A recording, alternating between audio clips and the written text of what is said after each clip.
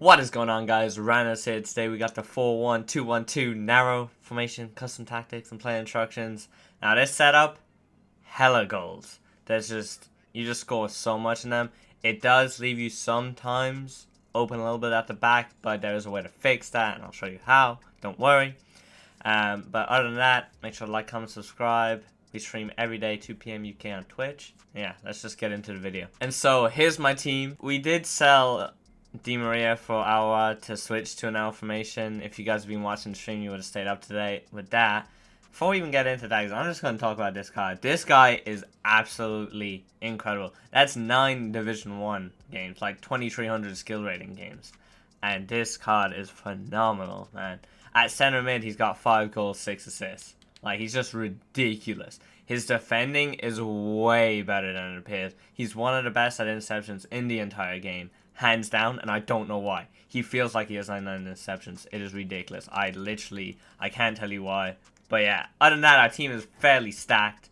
But I think a lot of people have good teams this late in the year. Obviously, mine might be a little better than most. Well, just look at the bench here, and there's just a little thing I gotta say. So, for what I have is a lot of attacking subs and stuff like that. But you want somebody like Jonathan, okay? And like Vardy kind of works too. But so the thing with this formation is it's great when the game is within a 2-goal cushion. Whether you're down 2 goals, winning 2 goals, winning 1 goal, losing 1 goal, or drawing. But if you get like a 3-goal lead, you don't want to stay in this formation. You want to switch to a wide formation to be able to hold out the game, defend better, and really just hold possession. And if you're 3 goals down, you want to switch to a wide formation again, because the narrow formation for pressing isn't that good, because they can just hold it very well with their fullbacks because you have no wingers. So, just looking at the formation custom tactics here, these are the same as my 4-2-3-1 custom tactics from my other video. If you would have saw that, the only one difference is, of course, the 4-1-2-1-2 tactics. So the ultra defensive and the ultra attacking are still used in this. So you gotta remember they're still used for if you're closing out the game, that you have like a 3-goal lead and you just want to chill, or if you're 3 goals back and you really need to be able to press your opponent and not let them time waste. Ultra attacking is what you want to be using. I really don't recommend the 4-1-2-1-2 for holding possession or for trying to press. That just doesn't make sense. It doesn't work. I just really would not recommend that. So let's get into the 4-1-2-1-2 first. So here you're going to see we got the balanced defensive style. Once again, pressing in the 4-1-2 now, it's okay, but you can get caught out quite easily. So I just prefer balanced, because otherwise your team can get a little pushed all over the place. We're going 6 here, and once again, it's because it's so narrow. And if you play a wide formation, and if you had low width on an already narrow formation, you're just going to get killed down the line. So you do want 6. It seems a little high here, but trust me, once you use it in game, you realize it's actually quite nice. Depth, you want 3 depth. This is mainly because it's like counter-attacking-ish to a point. It's not ridiculously counter-attacking, but you do want to sit a little bit further back, especially since you can get destroyed down the wings if you push up too much, because you don't have wide cams or wingers. Now, I think nearly everything is based on this offensive style being fast build-up. So, you'll see on the instructions, but basically everybody goes forward except the center-backs and the CDM. The fullbacks I currently use on balance, but if you want to be a little more defensive, you can go stay back while attacking, but I prefer balance because they really do go up the pitch. And you'd be surprised you don't get counter-attacked as easy as you would think, because the fullbacks do just rush back as soon as you lose possession. And then you have so many midfielders that they can't really bombard you down the middle either. Width, it's relatively high. 7 width, I swear I use this for every formation. I don't know why. It's just always the best option to go with. You'll see on the instructions why this is not higher, or why it's not lower. Either way. Plays in box 4. I think 4 is best this year, because any more than that, and the box just gets too crowded, but any less than that, there's nobody in the box for you to pass to. And then 1-on-1, I always do this because I hate getting counter-attacked from corners and free kicks. This is how I line up in-game, if any of you guys are wondering. I won't spend too much on that. You can pause if you want to look. So, The magic begins in a similar style to the 4-1-2-1-2 custom tactics video from FIFA 19, if you do so remember. I figured all them tactics out on stream, and I figured all these out on stream. We streamed for about 6 hours trying out every single tactics, and this is the ones we settled on. Guys are in there, appreciate the help. If not, start following my stream. It's good. It helps a lot. Alright, so Kylian Mbappe and Neymar, same instructions. You got to stay forward and drift wide. Drift wide, super key for this. So you'll notice I don't have getting behind. And you might be wondering about that. So the reason behind that is you're on fast build-up. When you're on fast build-up, your players do tend to kind of push forward and make more runs anyways. So what would happen if you had getting behind?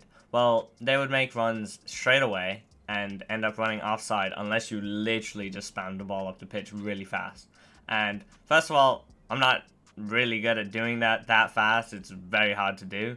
And second of all, you just end up losing the ball nearly every time. So it's not even worth it. It makes no sense to bother with it. Then here we have, at the cam, we just have stay forward. It's because you kind of want to be able to counter-attack, but also it stops the rotation of the center mids and the cams a little bit, which is really frustrating, but it is what it is. Now, on a little stat thing for left center mids and right center mids in this is you do need them to have a bit of pace because they do end up covering the wingers sometimes.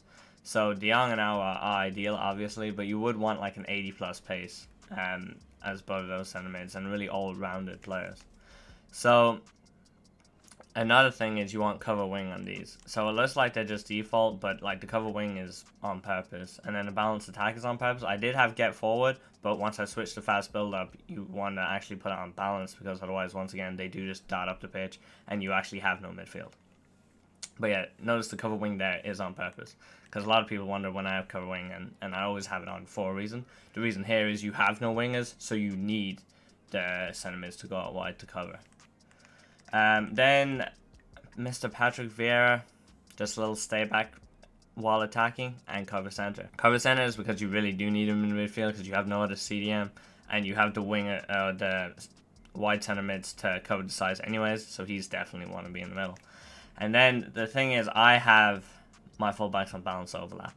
So you can do stay back overlap, and with fast build up they still will go up the pitch a little bit, but I just love the balance overlap because it makes it actually nearly impossible to defend.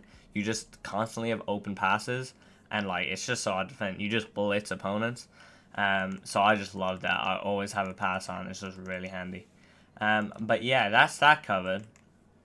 I'll just briefly go over the 4-2-2-2 and the 4-2-3-1 formations for when you're either losing a lot or winning by a lot.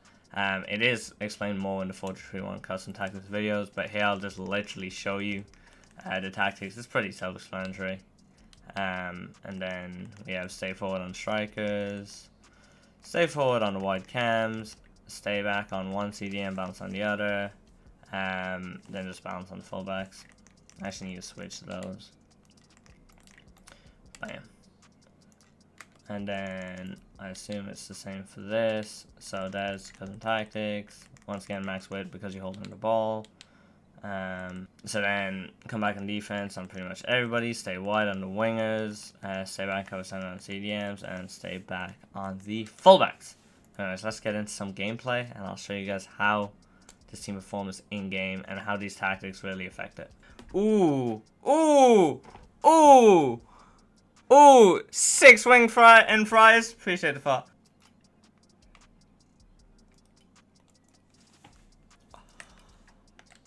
Bro, Neymar, please, man. What? What am I seeing? Yeah, that's a foul. Bro. How does Neymar not score that?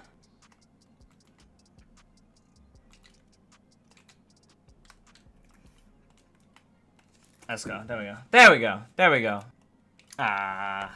See, that's where I can get annoying sometimes on fast build-up, is everybody pushes forward and nobody just sits there and waits for the pass. Oof. That's beautiful. Oh, Neymar. Neymar. My goat. Oh, let me shoot, game. Shoot! Finally. We'll take it. What about a terrible goal, but we'll take it, bro. Oh, look at this. Look at this, bro. Just the numbers going forward, bro. It's so hard to defend. And before you know it, My shot's gonna save by just saying.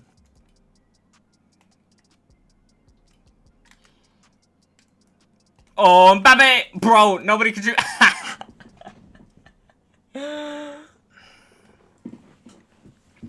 Decent team. I don't rate that Kaka that high though.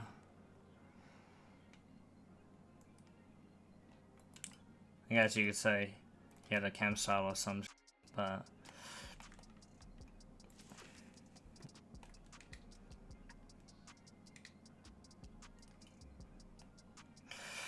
that was to Mbappe.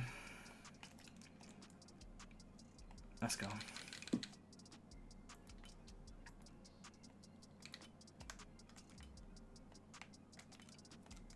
Oh, chat. Y'all didn't think I was gonna lose this game, did you? Hardly. Hardly, chat. Hardly. Hardly.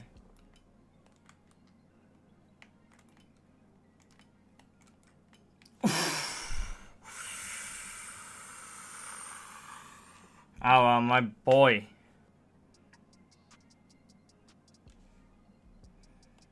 Oh, my guy got mad. That's tough.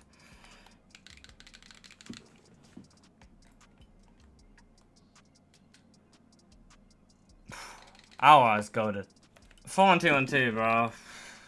It is what it is, my guy. 8 wins in a row in Div 1, you say? Completed, mate. Done, bro. Done. Only dubs, chat. I ain't here for the money.